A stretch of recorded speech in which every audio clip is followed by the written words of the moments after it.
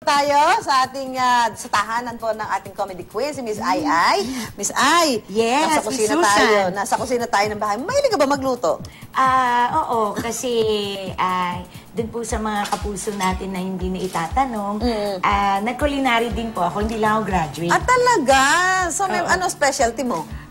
Wala lahat doon inaano naman eh. Pero gusto ko talaga Filipino food na iniluluto. O, ibalikan natin yung sa ano mo, yung pinasaya na magsisimula ang August na. Ano ba mga mapapanood dito ng mga kababayan natin? Kasama mo si Marian, di ba? Yes, ang aking kambal si Marian. At marami po kami dito. Naku, si Wally Jose kasama po namin dito. Riot Actually, masaya po to kasi this show is comedy-based.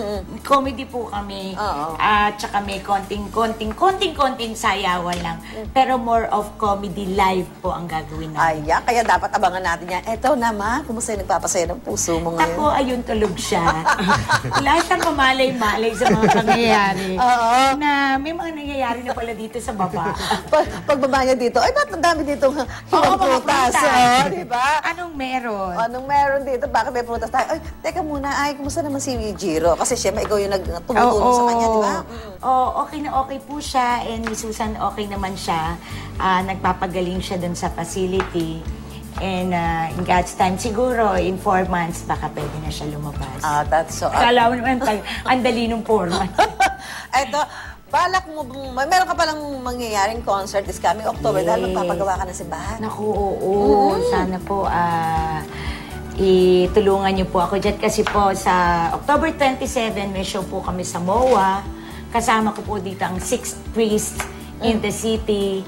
Tsaka po yung Kerigma 5, which is yung po yung mga kumakanta-kanta dun sa congregation ni Brother Bo Sanchez. And marami pa pong artistang involved dito, pero ang pinaka okay na po na nakausap ko, si Mr. Eric Santos po ay kakanta din doon. Sinabihan ko rin ang aking kambal na si Marian Rivera. Sana po makapunta siya. At marami pa po akong mga kaibigang artistang pupunta doon. Okay, naku, mga bagong-bagong balita yan. Pero ito muna, mag-get naman tayo ng papaya. Papaya naman ngayon. Papaya naman ngayon, Chef.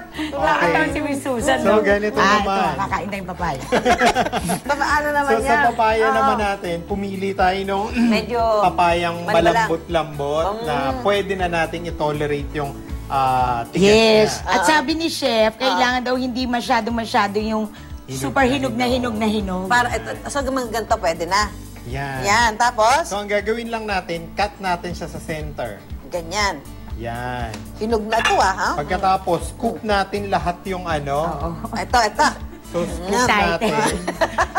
Tatanggalin. Na-mesmerize ako sa pinya. Tanggalin natin ang buto. Move on. Tanggalin natin ang buto, Miss Ai. Oo, tanggalin natin yung buto. Ngayon lang ako naka-move on sa pinya. Okay, at tapos yan? Pagkatapos niyan, balatan? face down. Yan. Kasi ang gusto natin is flat. Hindi siya gagalaw, hindi gugulong. So, tanggalin na natin ngayon sa kabalatan. Chef, kunyari ganito. Maliit siyang ganyan. So, babalatan lang na ganyan. Okay. Di ba pwedeng ano to? Peeler? Pwede din naman, kaso minsan, di ba, masyadong makapal yung balat niya. Na mahirap siyang i-peeler. So habang binabalatan natin ito, papaya na ito, tuturuan tayo ng tama pag-iwang. Magbabalik pa ho kami ni Miss Ai Ai. Babalik pa ho ng hirit. Tingnan natin paano natin ito babalatan. Parang nahihirapan ako.